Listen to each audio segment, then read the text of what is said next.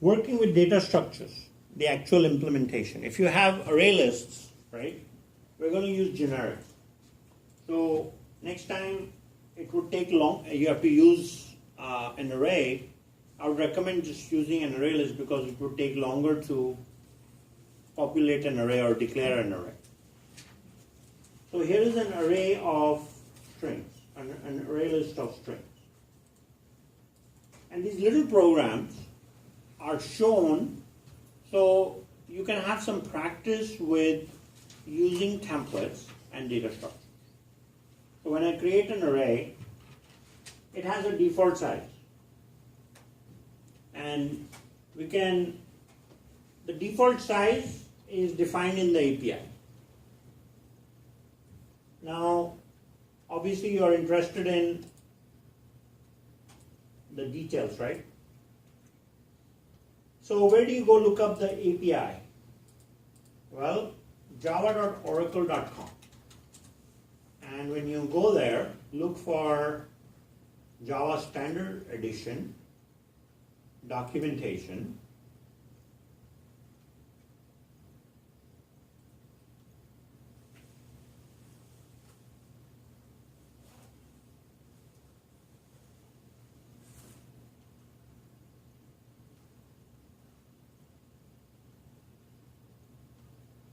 Oh, SC technical documentation. Sorry, it was right on the top.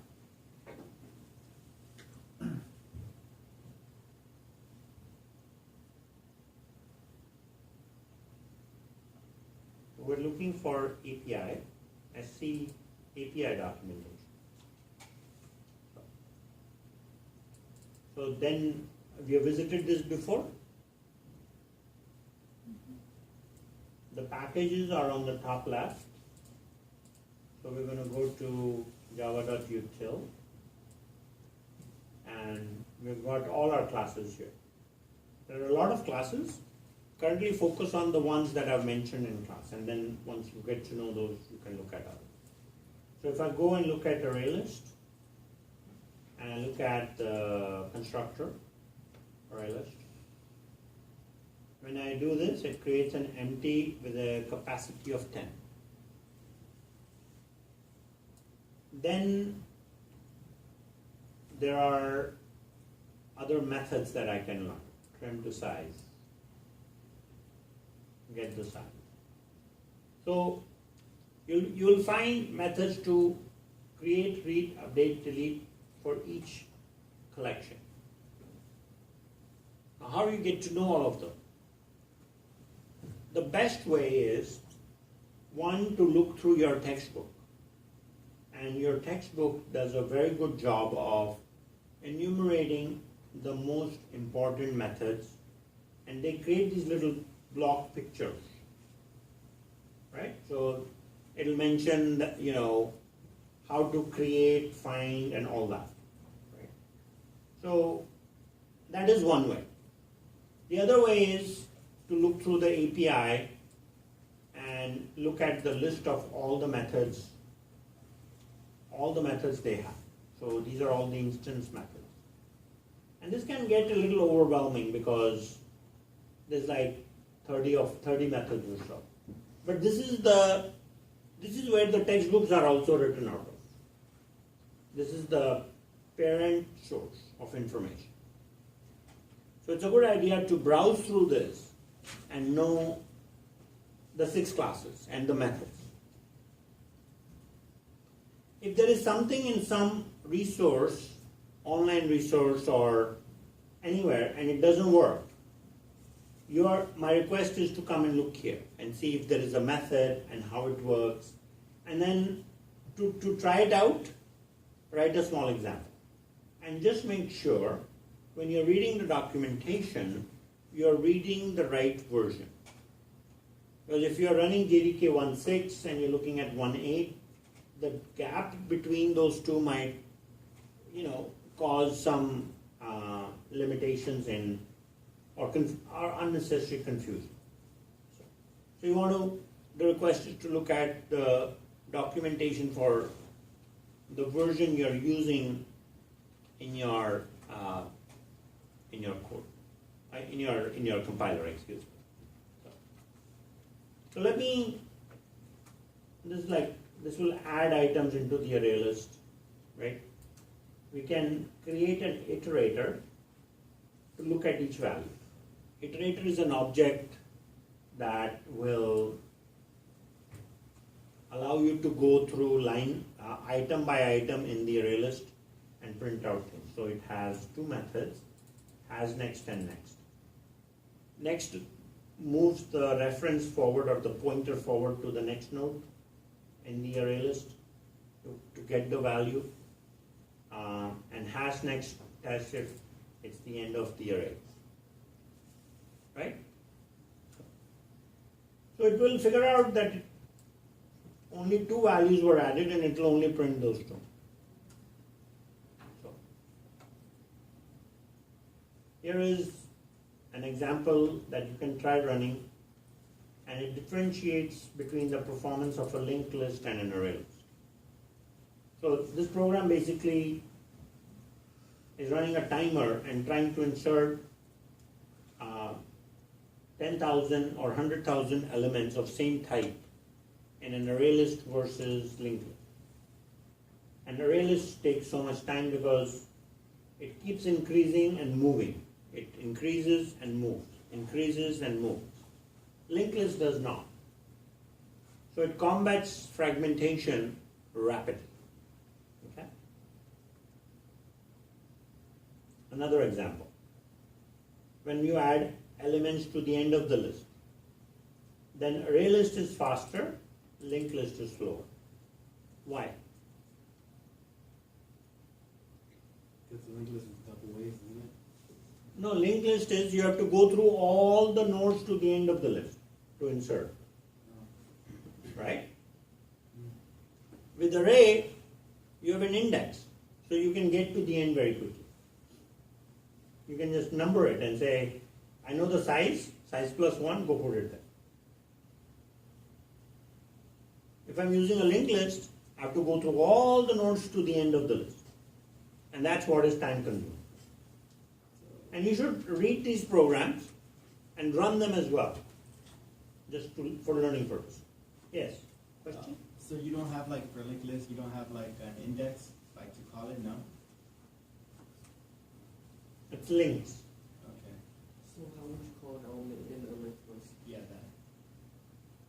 You'll go through the nodes. It's like LinkedIn, right? If I'm connected to person A and A is connected to B and B is connected to C, I can't go to person C directly. I have to go through A and B.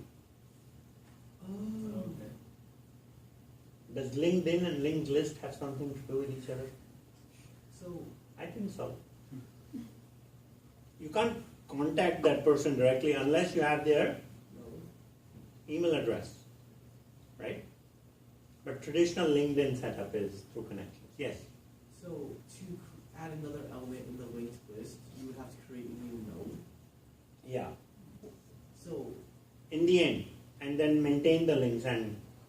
But you'll do that in your data structures course when you manually create all those things. In this chapter, at least that we are covering, we are using the APIs, and APIs take care of that for you. okay. When you say add first, add last, and all that. So to add a object to the end of the list, I'm using add. Yes. So with a circular linked list, how does that work? Is there still like a beginning and an end? Or is there Yeah, just, you like, think kind of, there is a node pointer that you track, which is the begin and the end. And then you add, right there? you break the links, you add, and so on. Okay. So this is a detailed example of how the list iterator works, right? So one thing you can do is see that like this is an array, and then we create an array list, and then we set an iterator, and then this tells you a bunch of things, and there's a bunch of method calls here. So the point is to do a little practice run and see how the list changes And you'll find in this that Pluto is no longer a planet. That's why it's, I think, removed. Maybe. I'm not suggesting the answer to anything, but I think in the last 10 years they took away Pluto as a planet. In my childhood I learned it was a planet and I was very disappointed. But anyway, who cares? So the next thing we are looking at is hash set and tree set. There's also a linked hash set, right? So you'll find that a set is a set is a set. So when we create this test method, right, we pass in a set. And you all know about interfaces and abstract classes and how this would work. Because the set interface is implemented by hash set, tree set, and linked hash set. So any methods that are declared in the set are available and implemented in each one of those classes. How is a hash set different from a tree set? One implements hashing, the other is a tree. Hashing is unsorted for faster search. Tree set is sorted. Every time you add, it's different. And then we have linked hash set, which is a linked list and a hash set. See, when we create a hash set, if we want to iterate through the hash set, right? I'm going to cover the details of hashing on Monday. And I want you guys to know the inner workings of hashing as implemented in the Java API. So then when you go through data structures course, you can contrast. Right? Hash set, tree set, and when you want to iterate through the hash set, these values are very random.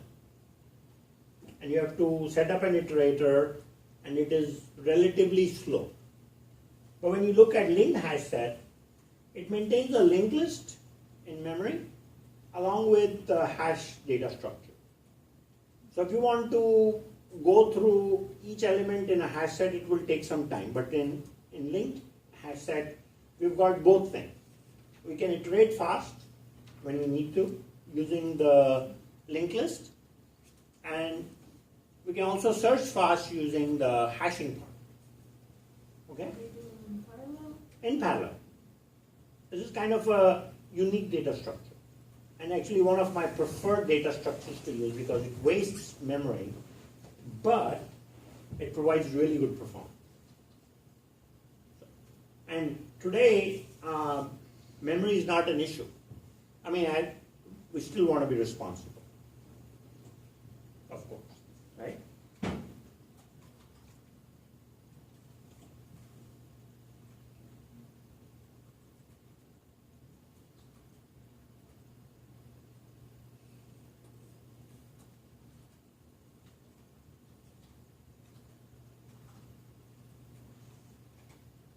So this is worth running, and you guys might look at the search part.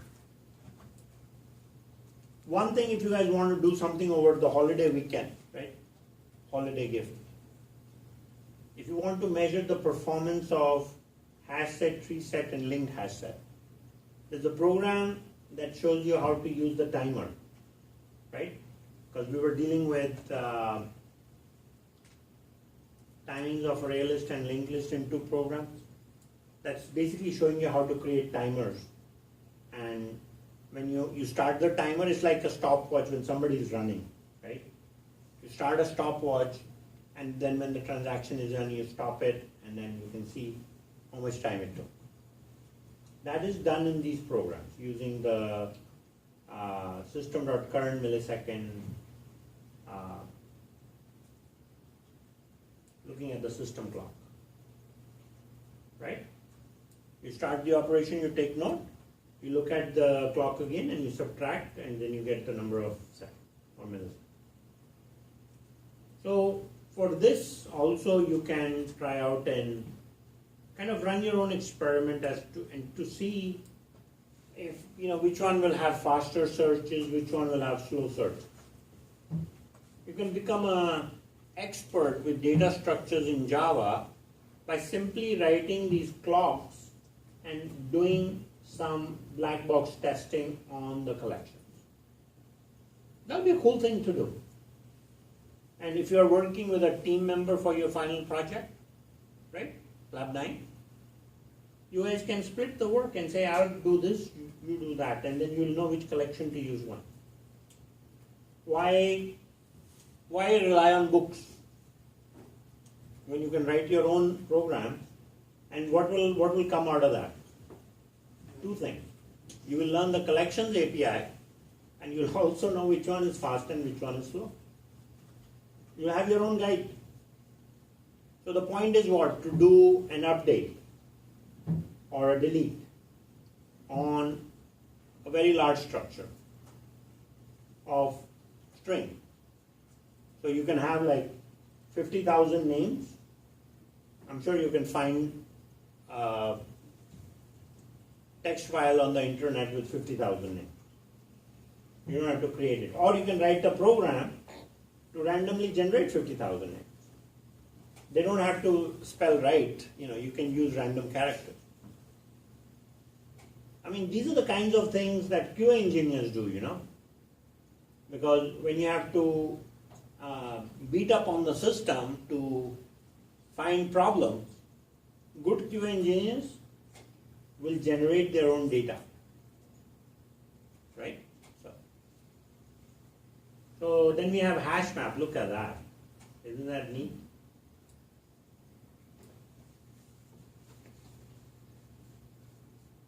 Student ID and your student record map.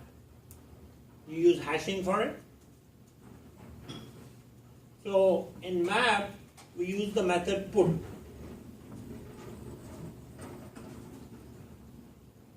This is a tree map. Tree map is sorted.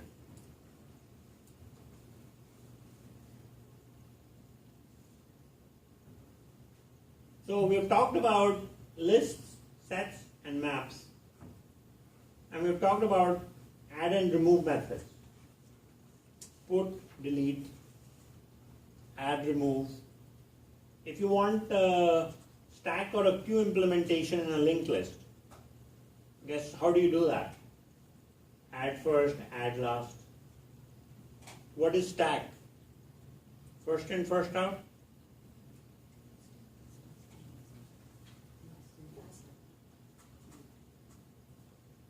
What is the stack? First in, last out. First in, last out. Or last in, first out. Both are the same thing. So will you, when you want to implement a stack, will you use the method add first or add last?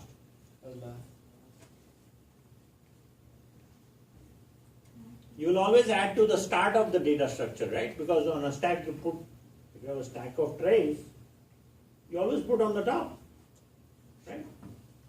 So it's add last, right? Add first. Add first? Okay. So do a stack and a queue implementation using linked list API. And you'll be like, because you're not managing all the memory, right? It's all automated. The point is that you understand the algorithm. So spend some time looking through, reviewing these programs and writing some timer programs, just all in main, just to test out things. Hey, I'm curious, does tree map work faster than hash map? It depends. Are you trying to search or are you trying to add records? And you won't know by adding 1 or 2 records. You'll know by adding 50,000 records or 100,000 objects. So you have to randomly generate something. You can just have a random number generator for integers and you can make a linked hash map of integers for testing purposes. So then I continue on giving you examples of linked hash map and there's tons of those.